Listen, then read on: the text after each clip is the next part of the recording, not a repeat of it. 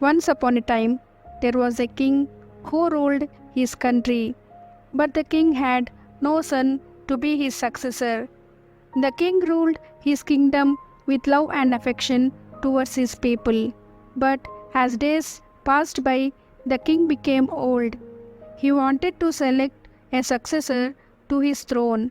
The king then gave notice throughout his country that all the interested young men are invited and that young men will be having interviews with the king so that the king can choose his successor as the king of his country. But the condition was that the successor of the king must be kind and must have love towards his people. The news spread all over the country and every young man was excited after listening to the news. Every young man started to dream that they would be the future king of their country. Then a poor man who lived in that country also saw the notice and started to prepare for the interview with the king. But as the young man was poor, he did not have at least one new set of clothes to wear in the interview with the king.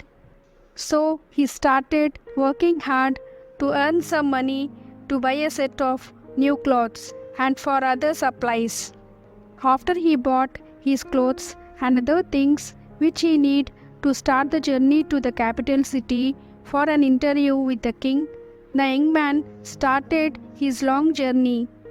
He traveled many days and nearly completed his journey. He then saw a poor beggar at the side of the road.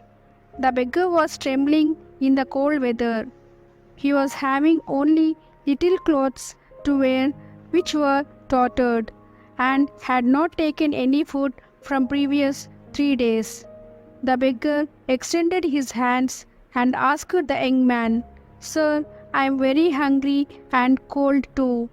Please give me some food and clothes." As the young man was very kind, he took out his new attire and gave it to the poor beggar.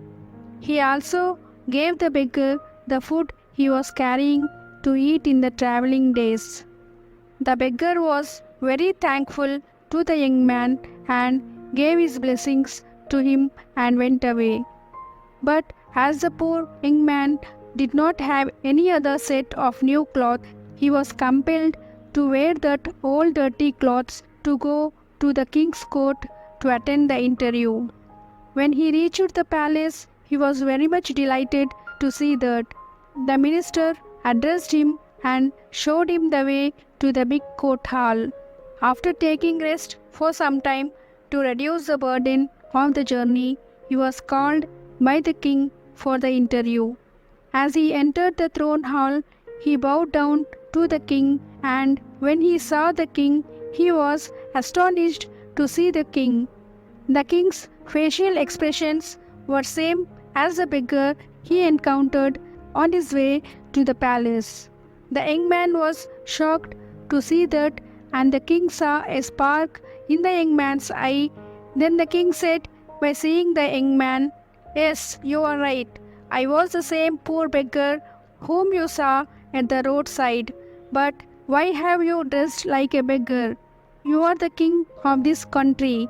I wanted to know your real nature, whether you have a kind heart and concern to the poor and needy. If I would have come to you as a king, it would not be easy for me to know your real nature as to whether you are kind-hearted or you are just acting to impress me. This is the reason why I came to you as a beggar." Friends, from this story, we must know that everyone should have kind nature.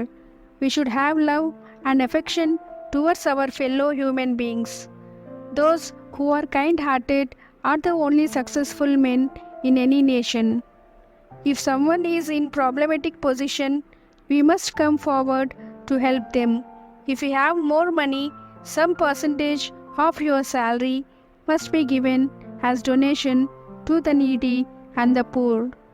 The heart having compassion and love towards fellow human beings is the greatest wisdom.